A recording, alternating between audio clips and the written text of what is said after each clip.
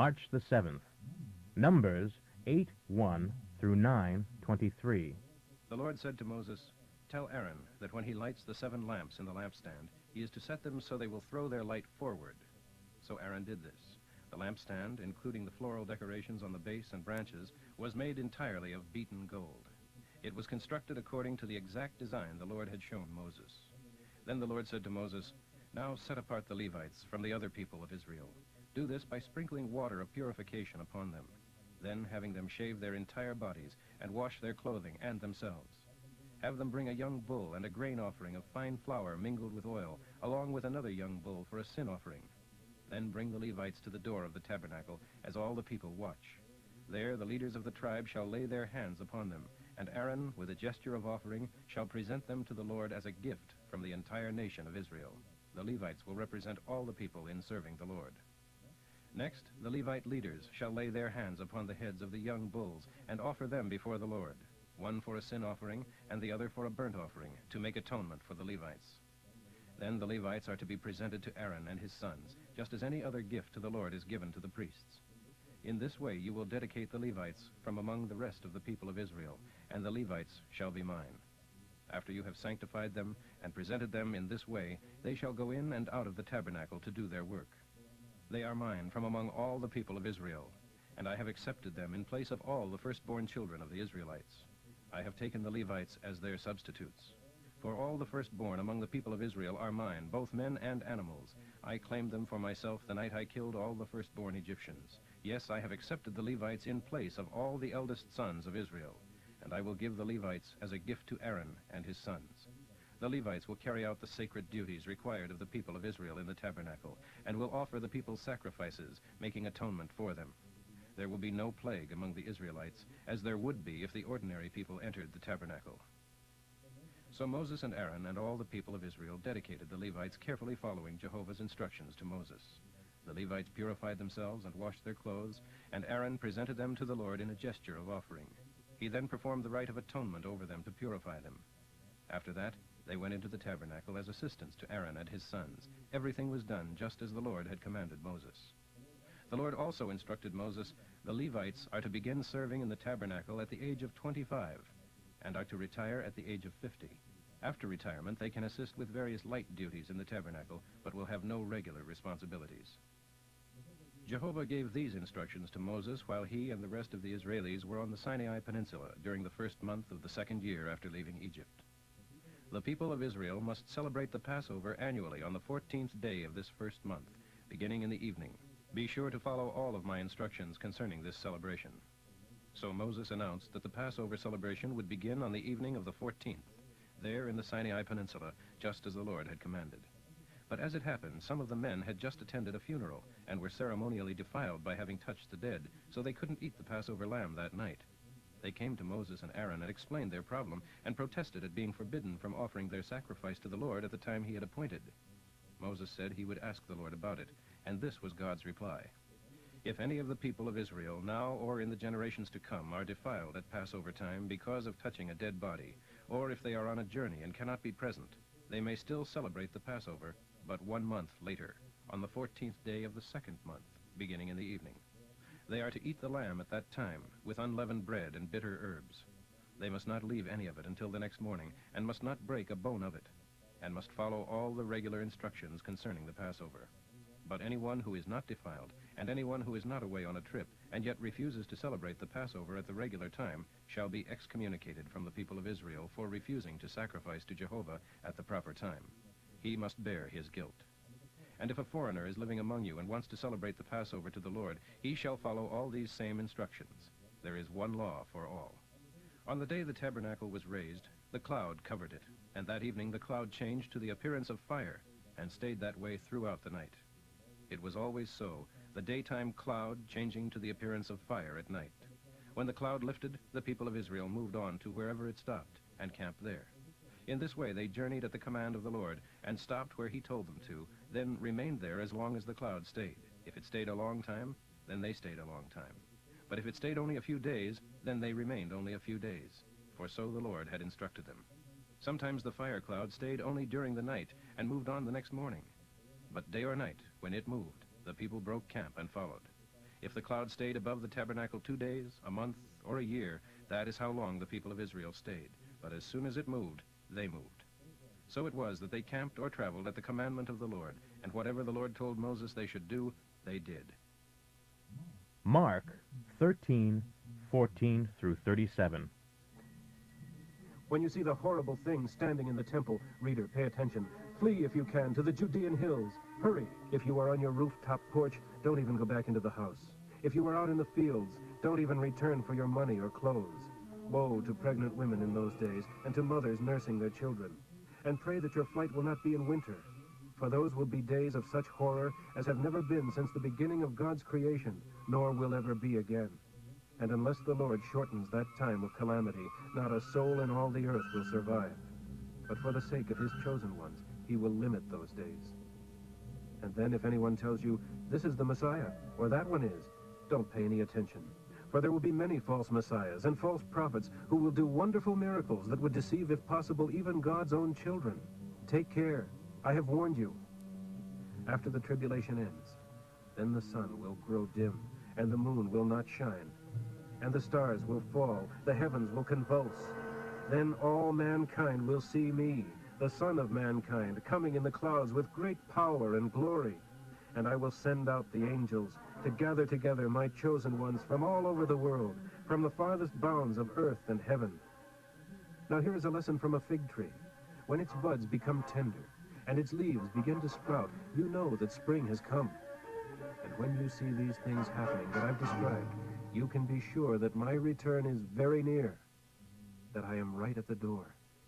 Yes, these are the events that will signal the end of the age. Heaven and earth shall disappear, but my words stand sure forever. However, no one, not even the angels in heaven, nor I myself, knows the day or hour when these things will happen. Only the Father knows. And since you don't know when it will happen, stay alert. Be on the watch for my return. My coming can be compared with that of a man who went on a trip to another country. He laid out his employees' work for them to do while he was gone, and told the gatekeeper to watch for his return. Keep a sharp lookout, for you do not know when I will come, at evening, at midnight, early dawn, or late daybreak. Don't let me find you sleeping. Watch for my return. This is my message to you and to everyone else. Psalm 50, 1 through 23.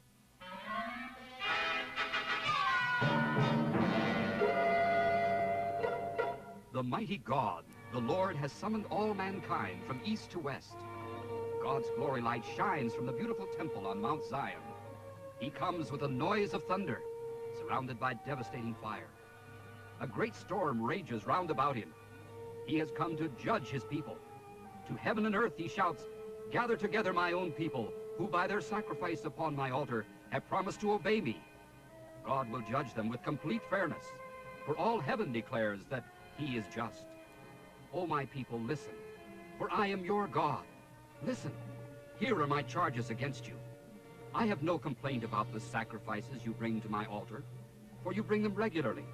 But it isn't sacrificial bullocks and goats that I really want from you. For all the animals of field and forest are mine, the cattle on 1,000 hills, and all the birds upon the mountains. If I were hungry, I would not mention it to you, for all the world is mine, and everything in it. No, I don't need your sacrifices of flesh and blood. What I want from you is your true thanks. I want your promises fulfilled. I want you to trust me in your times of trouble, so I can rescue you, and you can give me glory. But God says to evil men, recite my laws no longer, and stop claiming my promises, for you have refused my discipline, disregarding my laws. You see a thief and help him, and spend your time with evil and immoral men. You curse and lie, and vile language streams from your mouths. You slander your own brother. I remain silent. You thought I didn't care. But now your time of punishment has come, and I list all the above charges against you. This is the last chance for all of you who have forgotten God before I tear you apart, and no one can help you then. But true praise is a worthy sacrifice. This really honors me. Those who walk my paths will receive salvation from the Lord. Proverbs for today, 10, 29 through 30. God protects the upright, but destroys the wicked. The good shall never lose God's blessings, but the wicked shall lose everything. March the 8th. Numbers 10, 1 through 11, 23. Now the Lord said to Moses, "Make 2 trumpets of beaten silver, to be used for summoning the people to assemble and for signaling the breaking of camp. When both trumpets are blown, the people will know that they are to gather at the entrance of the tabernacle. But if only one is blown, then only the chiefs of the tribes of Israel shall come to you. Different trumpet blasts will be necessary to distinguish between the summons to assemble and the signal to break camp and move onward. When the travel signal is blown, the tribes camped on the east side of the tabernacle shall leave first. At the second signal, the tribes on the south side shall go. Only the priests are permitted to blow the trumpets. This is a permanent instruction to be followed from generation to generation. When you arrive in the promised land and go to war against your enemies, God will hear you and save you from your enemies when you sound the alarm with these trumpets. Use the trumpets in times of gladness, too, blowing them at your annual festivals and at the beginning of each month to rejoice over your burnt offerings and peace offerings. And God will be reminded of his covenant with you, for I am Jehovah, your God." The cloud lifted from the tabernacle on the 20th day of the 2nd month of the 2nd year of Israel's leaving Egypt. So the Israelites left the Sinai wilderness and followed the cloud until it stopped in the wilderness of Paran. This was their first journey after having received the Lord's travel instructions to Moses. At the head of the march was the tribe of Judah, grouped behind its flag, and led by Nahshon, the son of Amminadab. Next came the tribe of Issachar, led by Nathaniel, the son of Zuar, and the tribe of Zebulun, led by Eliab, the son of Helon. The tabernacle was taken down, and the men of Gershon and Merari divisions of the tribe of Levi were next in the line of march, carrying the tabernacle upon their shoulders. Then came the flag of the camp of Reuben, with Elizur, the son of Shedeur, leading his people. Next was the tribe of Simeon, headed by Shelumiel, the son of Zuri-Shaddai, and the tribe of Gad, led by Eliasaph, the son of Duel. Next came the Kohathites, carrying the items from the inner sanctuary. The tabernacle was already erected in its new location by the time they arrived. Next in line was the tribe of Ephraim, behind its flag, led by Elishama, the son of Ammihud, and the tribe of Manasseh, led by Gamaliel, the son of Pedazur, and the tribe of Benjamin, led by Abidan, the son of Gideoni. Last of all were the tribes headed by the flag of the tribe of Dan, under the leadership of Ahiezer, the son of Ammishaddai, the tribe of Asher, led by Pagiel, the son of Ochran, and the tribe of Naphtali, led by Ahira, the son of Enan. That was the order in which the tribes traveled. One day Moses said to his brother-in-law Hobab, son of Ruel the Midianite, At last we are on our way to the promised land. Come with us, and we will do you good, for the Lord has given wonderful promises to Israel. but his brother-in-law replied, No, I must return to my own land and kinfolk. Stay with us, for you know the ways of the wilderness and will be a great help to us. If you come, you will share in all the good things the Lord does for us. They traveled for 3 days after leaving Mount Sinai, with the ark at the front of the column to choose a place for them to stop. It was daytime when they left, with the cloud moving along ahead of them as they began their march. As the ark was carried forward, Moses cried out, Arise, O Lord, and scatter your enemies. Let them flee before you. and when the ark was set down, he said, Return, O Lord, to the millions of Israel. The people were soon complaining about all their misfortunes, and the Lord heard them. His anger flared out against them because of their complaints, so the fire of the Lord began destroying those at the far end of the camp. They screamed to Moses for help, and when he prayed for them, the fire stopped. Ever after, the area was known as the place of burning, because the fire from the Lord burned among them there. Then the Egyptians who had come with them began to long for the good things of Egypt.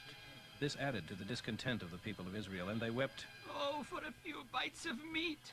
Oh, that we had some of the delicious fish we enjoyed so much in Egypt! And the wonderful cucumbers, and melons, leeks, onions, and garlic. But now our strength is gone, and day after day we have to face this manna. The manna was about the size of a coriander seed and looked like droplets of gum from the bark of a tree. The people gathered it from the ground and crushed it into flour, or pounded it in mortars, boiled it, and then made pancakes from it. They tasted like pancakes fried in vegetable oil. The manna fell with the dew during the night. Moses heard all the families standing around their tent doors weeping, and the anger of the Lord grew hot. Moses, too, was highly displeased. Moses said to the Lord, Why pick on me to give me the burden of a people like this? Are they my children? Am I their father? Is that why you have given me the job of nursing them along like babies until we get to the land you promised their ancestors? Where am I supposed to get meat for all these people? For they weep to me, saying, Give us meat. I can't carry this nation by myself. The load is far too heavy. If you are going to treat me like this, please kill me right now. It will be a kindness. Let me out of this impossible situation. Then the Lord said to Moses, "Summon before me 70 of the leaders of Israel. Bring them to the tabernacle to stand there with you. I will come down and talk with you there, and I will take of the Spirit which is on you, and will put it upon them also. They shall bear the burden of the people along with you, so that you will not have the task alone. And tell the people to purify themselves, for tomorrow they shall have meat to eat. Tell them, the Lord has heard your tearful complaints about all you left behind in Egypt, and he is going to give you meat. You shall eat it, not for just a day or 2, or 5, or 10, or even 20. For 1 whole month you will have meat until you vomit it from your noses. For you have rejected the Lord who is here among you, and you have wept for Egypt." But Moses said, There are 600,000 men alone, besides all the women and children, and yet you promise them meat for a whole month.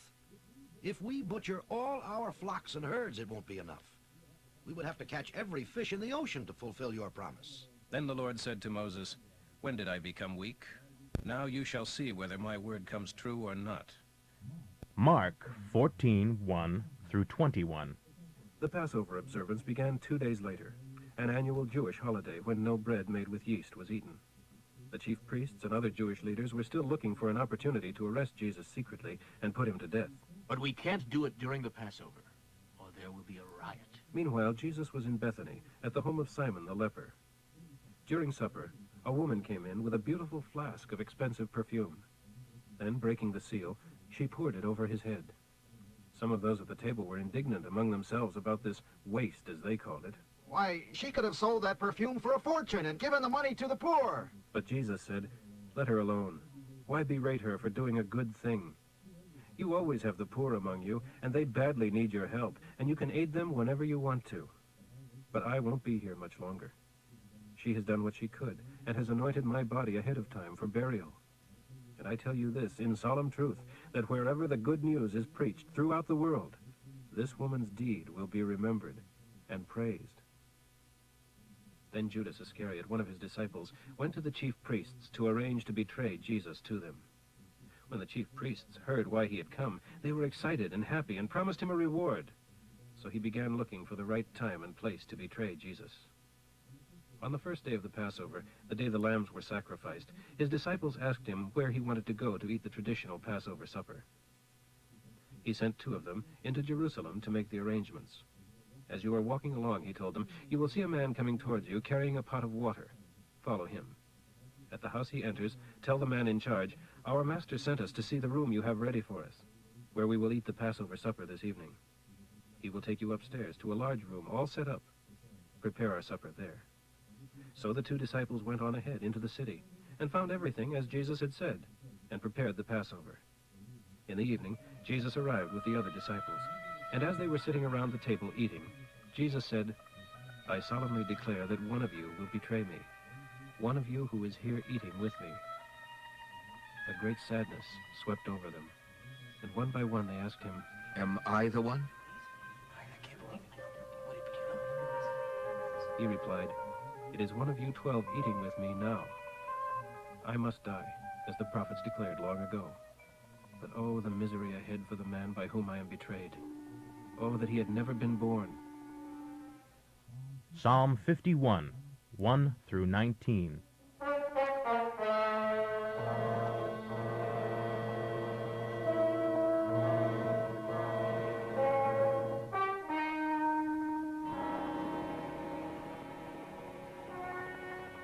loving and kind God, have mercy.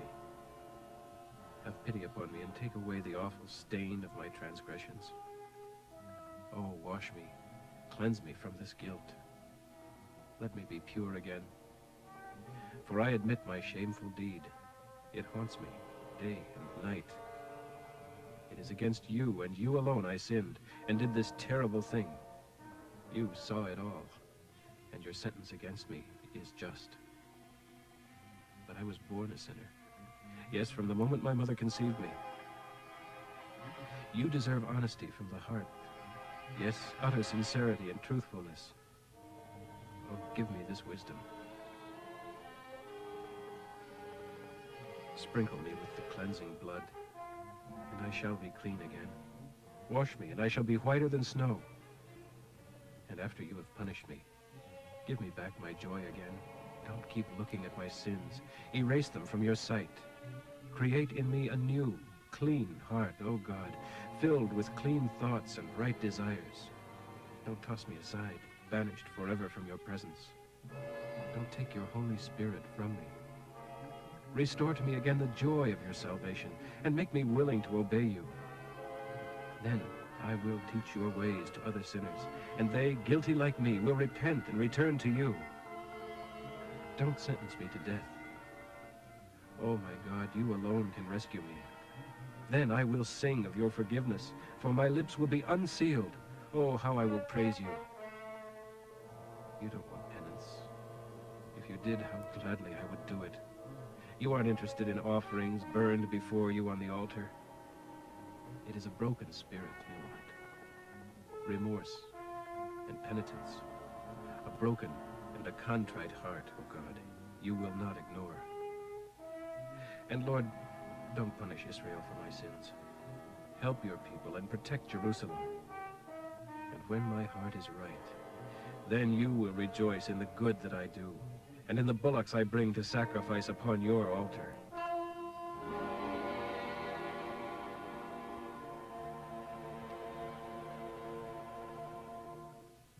Proverbs for today, 10:31 through 32. The good man gives wise advice, but the liar's counsel is shunned.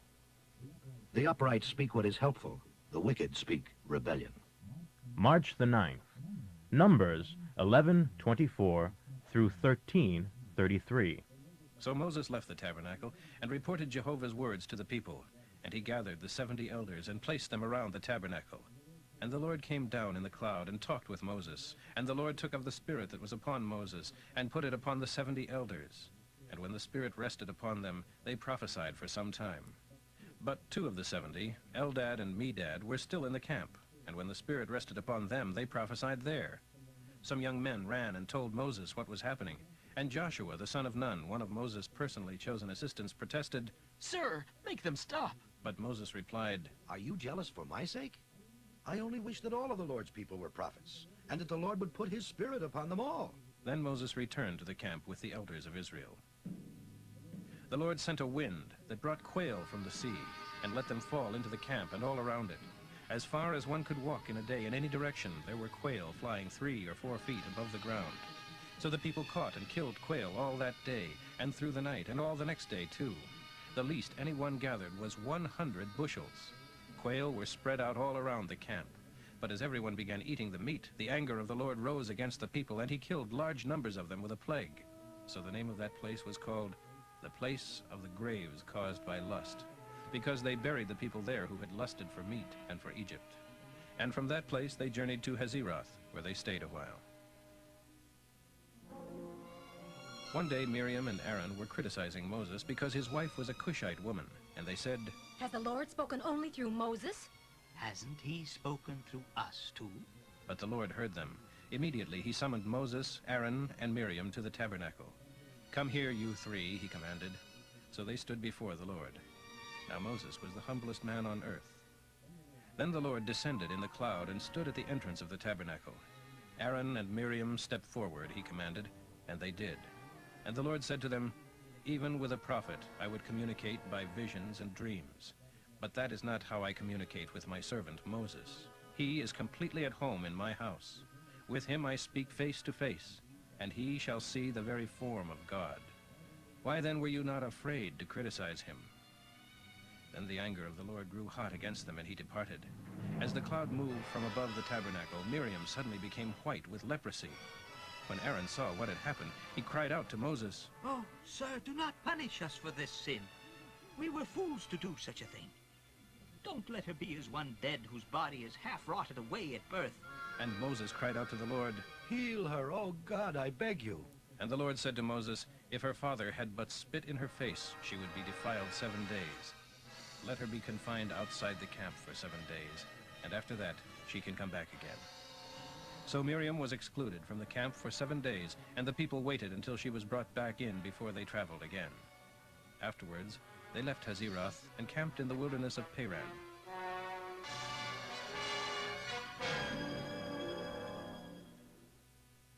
Jehovah now instructed Moses, "Send spies into the land of Canaan, the land I am giving to Israel. Send one leader from each tribe." The Israelis were camped in the wilderness of Paran at the time.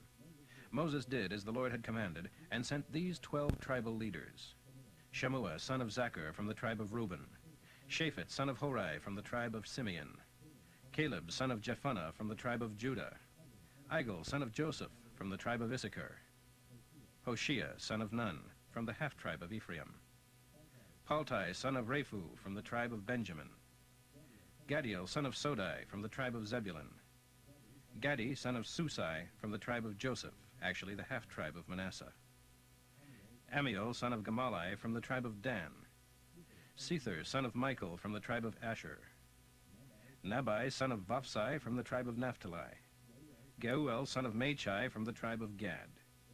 It was at this time that Moses changed Hoshea's name to Joshua. Moses sent them out with these instructions. Go northward into the hill country of the Negev and see what the land is like. See also what the people are like who live there, whether they are strong or weak, many or few, and whether the land is fertile or not, and what cities there are, and whether they are villages or are fortified, whether the land is rich or poor, and whether there are many trees. Don't be afraid, and bring back some samples of the crops you see. The first of the grapes were being harvested at that time. So they spied out the land all the way from the wilderness of Zin to Rehob, near Hamath. Going northward, they passed first through the Negeb and arrived at Hebron. There they saw the Ahimanites, Shishites, and Talmites, all families descended from Anak. By the way, Hebron was very ancient, having been founded 7 years before Tanis in Egypt. Then they came to what is now known as the Valley of Eshcol, where they cut down a single cluster of grapes so large that it took 2 of them to carry it on a pole between them. They also took some samples of the pomegranates and figs. The Israelis named the valley Eshcol at that time, meaning cluster, because of the cluster of grapes they found. 40 days later, they returned from their tour. They made their report to Moses, Aaron, and all the people of Israel in the wilderness of Paran at Kadesh, and they showed the fruit they had brought with them. This was their report. We arrived in the land you sent us to see, and it is indeed a magnificent country, a land flowing with milk and honey. Here is some fruit we have brought as proof. But the people living there are powerful, and their cities are fortified and very large. And what's more, we saw Anakim giants there.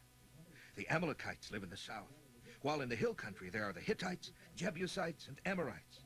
Down along the coast of the Mediterranean Sea and in the Jordan River Valley are the Canaanites. But Caleb reassured the people as they stood before Moses. Let us go up at once and possess it, for we are well able to conquer it. Not against people as strong as they are, the other spies said. They would crush us. So the majority report of the spies was negative. The land is full of warriors. The people are powerfully built. And we saw some of the Anakim there, descendants of the ancient race of giants. We felt like grasshoppers before them. They were so tall. Mark 14:22 through 52. As they were eating, Jesus took a small loaf of bread and asked God's blessing on it, and broke it in pieces, and gave it to them, and said, "Eat it. This is my body." Then he took a cup of wine and gave thanks to God for it, and gave it to them, and they all drank from it. And he said to them, "This is my blood, poured out for many, sealing the new agreement between God and man. I solemnly declare that I shall never again taste wine until the day I drink a far better kind in the kingdom of God." Then they sang a hymn and went out to the Mount of Olives. "All of you will desert me," Jesus told them. "For God has declared through the prophets, I will kill the shepherd, and the sheep will scatter. But after I am raised to life again, I will go to Galilee and meet you there." Peter said to him, I will never desert you, no matter what the others do. "Peter," Jesus said, "before the cock crows a second time tomorrow morning, you will deny me 3 times. No, not even if I have to die with you. I'll never deny you." And all the others vowed the same. And now they came to an olive grove called the Garden of Gethsemane. And he instructed his disciples, "Sit here while I go and pray." He took Peter, James, and John with him, and began to be filled with horror and deepest distress. And he said to them, "My soul is crushed by sorrow to the point of death. Stay here and watch with me." He went on a little further and fell to the ground and prayed that if it were possible, the awful hour awaiting him might never come. "Father, Father," he said, "everything is possible for you. Take away this cup from me. Yet I want your will, not mine." Then he returned to the 3 disciples and found them asleep. "Simon," he said, "asleep. Couldn't you watch with me even 1 hour? Watch with me and pray, lest the tempter overpower you, for though the spirit is willing enough, the body is weak." And he went away again and prayed, repeating his pleadings. Again he returned to them and found them sleeping, for they were very tired, and they didn't know what to say. The 3rd time, when he returned to them, he said, "Sleep on. Get your rest." But no, the time for sleep has ended. "Look, I am betrayed into the hands of wicked men. Come, get up, we must go. Look, my betrayer is here." And immediately, while he was still speaking, Judas, one of his disciples, arrived with a mob equipped with swords and clubs, sent out by the chief priests and other Jewish leaders. Judas had told them, "You will know which one to arrest when I go over and greet him. Then you can take him easily." So as soon as they arrived, he walked up to Jesus. "Master," he exclaimed, and embraced him with a great show of friendliness. Then the mob arrested Jesus and held him fast. But someone pulled a sword and slashed at the high priest's servant, cutting off his ear. Jesus asked them, "Am I some dangerous robber that you come like this, armed to the teeth, to capture me? Why didn't you arrest me in the temple? I was there teaching every day. But these things are happening to fulfill the prophecies about me." Meanwhile, all his disciples had fled. There was, however, a young man following along behind, clothed only in a linen nightshirt. When the mob tried to grab him, he escaped, though his clothes were torn off in the process, so that he ran away completely naked. Psalm 52, 1 through 9. You call yourself a hero, do you? You boast about this evil deed of yours against God's people? You are sharp as a tack in plotting your evil tricks. How you love wickedness far more than good, and lying more than truth. You love to slander. You love to say anything that will do harm, O man with the lying tongue. But God will strike you down and pull you from your home and drag you away from the land of the living. The followers of God will see it happen. They will watch in awe. Then they will laugh and say, "See what happens to those who despise God and trust in their wealth and become ever more bold in their wickedness." But I am like a sheltered olive tree, protected by the Lord himself. I trust in the mercy of God forever and ever. O Lord, I will praise you forever and ever for your punishment, and I will wait for your mercies. For everyone knows what a merciful God you are. Proverbs for today, 11, 1 through 3. The Lord hates cheating and delights in honesty. Proud men end in shame, but the meek become wise. A good man is guided by his honesty. The evil man is destroyed by his dishonesty. March the 10th. Numbers 14:1 through 15:16. Then all the people began weeping aloud, and they carried on all night. Their voices rose in a great chorus of complaint against Moses and Aaron. "We wish we had died in Egypt. Or even here in the wilderness, rather than be taken into this country ahead of us. Jehovah will kill us there, and our wives and little ones will become slaves. Let's get out of here and return to Egypt." The idea swept the camp. Let's elect a leader to take us back to Egypt. Then Moses and Aaron fell face downward on the ground before the people of Israel. Two of the spies, Joshua, the son of Nun, and Caleb, the son of Jephunneh, ripped their clothing and said to all the people, "It is a wonderful country ahead, and the Lord loves us. He will bring us safely into the land and give it to us. It is very fertile, a land flowing with milk and honey." Oh, do not rebel against the Lord, and do not fear the people of the land, for they are but bread for us to eat. The Lord is with us, and he has removed his protection from them. Don't be afraid of them. But the only response of the people was to talk of stoning them. Then the glory of the Lord appeared, and the Lord said to Moses, "How long will these people despise me? Will they never believe me, even after all the miracles I have done among them? I will disinherit them and destroy them with a plague, and I will make you into a nation far greater and mightier than they are." But what will the Egyptians think when they hear about it? Moses pleaded with the Lord. They know full well the power you displayed in rescuing your people. They have told this to the inhabitants of this land, who are well aware that you are with Israel and that you talk with her face to face. They see the pillar of cloud and fire standing above us, and they know that you lead and protect us day and night. Now, if you kill all your people, the nations that have heard your fame will say, the Lord had to kill them because he wasn't able to take care of them in the wilderness. He wasn't strong enough to bring them into the land he swore he would give them. Oh, please, show the great power of your patience by forgiving our sins and showing us your steadfast love. Forgive us, even though you have said that you don't let sin go unpunished, and that you punish the father's fault in the children to the third and fourth generation. Oh, I plead with you, pardon the sins of this people, because of your magnificent, steadfast love, just as you have forgiven them all the time, from when we left Egypt until now. Then the Lord said, All right, I will pardon them as you have requested. But I vow by my own name that just as it is true that all the earth shall be filled with the glory of the Lord, so it is true that not one of the men who has seen my glory and the miracles I did both in Egypt and in the wilderness, and 10 times refused to trust me and obey me, shall even see the land I promised to this people's ancestors. But my servant Caleb is a different kind of man. He has obeyed me fully. I will bring him into the land he entered as a spy, and his descendants shall have their full share in it. But now, since the people of Israel are so afraid of the Amalekites and the Canaanites living in the valleys, tomorrow you must turn back into the wilderness, in the direction of the Red Sea. Then the Lord added to Moses and to Aaron, How long will these wicked people complain about me? For I have heard all that they have been saying. Tell them, the Lord vows to do to you what you feared. You will all die here in this wilderness. Not a single one of you, 20 years old and older, who has complained against me, shall enter the promised land. Only Caleb, son of Jephunneh, and Joshua, son of Nun, are permitted to enter it. You said your children would become slaves of the people of the land. Well, instead, I will bring them safely into the land, and they shall inherit what you have despised. But as for you, your dead bodies shall fall in this wilderness. You must wander in the desert like nomads for 40 years. In this way you will pay for your faithlessness, until the last of you lies dead in the desert. Since the spies were in the land for 40 days, you must wander in the wilderness for 40 years, a year for each day, bearing the burden of your sins. I will teach you what it means to reject me. I, Jehovah, have spoken. Every one of you who has conspired against me shall die here in this wilderness. Then the 10 spies who had incited the rebellion against Jehovah by striking fear into the hearts of the people were struck dead before the Lord. Of all the spies, only Joshua and Caleb remained alive. What sorrow there was throughout the camp when Moses reported God's words to the people.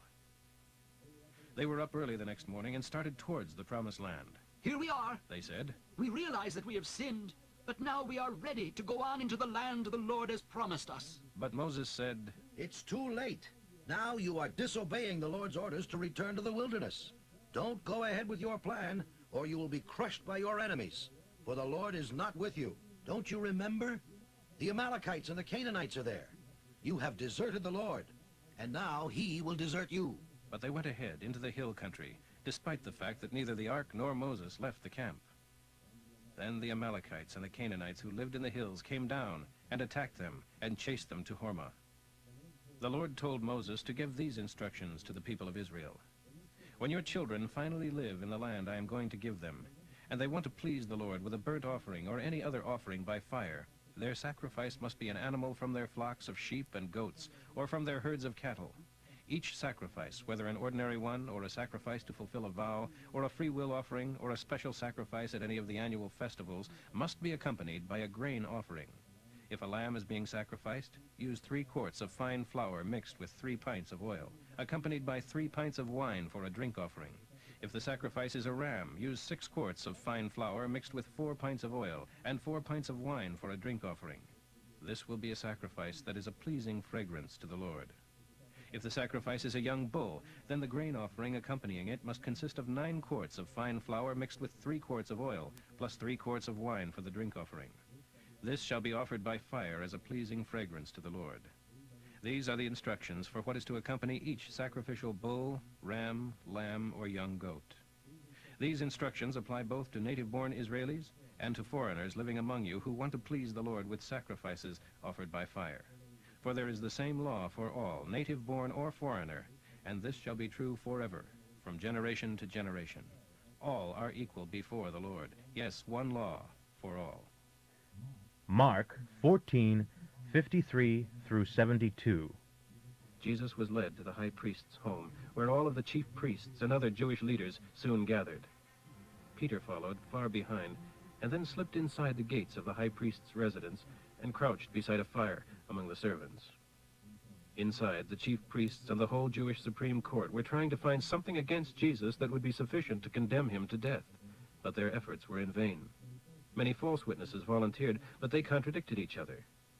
Finally, some men stood up to lie about him and said, "We heard him say, 'I will destroy this temple made with human hands, and in 3 days I will build another, made without human hands.'" But even then, they didn't get their stories straight. Then the high priest stood up before the court and asked Jesus, "Do you refuse to answer this charge? What do you have to say for yourself?" To this, Jesus made no reply. Then the high priest asked him, "Are you the Messiah, the Son of God?" Jesus said, "I am. And you will see me sitting at the right hand of God and returning to earth in the clouds of heaven." Then the high priest tore at his clothes and said, "What more do we need? Why wait for witnesses? You have heard his blasphemy. What is your verdict?" And the vote for the death sentence was unanimous. Then some of them began to spit at him, and they blindfolded him and began to hammer his face with their fists. "Who hit you that time, you prophet?" And even the bailiffs were using their fists on him as they led him away. Meanwhile, Peter was below in the courtyard. One of the maids who worked for the high priest noticed Peter warming himself at the fire. She looked at him closely, and then announced, "You were with Jesus, the Nazarene." Peter denied it. "I don't know what you're talking about," he said, and walked over to the edge of the courtyard. Just then, a rooster crowed. The maid saw him standing there and began telling the others, "There he is. There's that disciple of Jesus." Peter denied it again. A little later, others standing around the fire began saying to Peter, "You are too one of them, for you are from Galilee." He began to curse and swear. "I don't even know this fellow you are talking about." And immediately, the rooster crowed the second time. Suddenly, Jesus' words flashed through Peter's mind. "Before the cock crows twice, you will deny me 3 times." And he began to cry.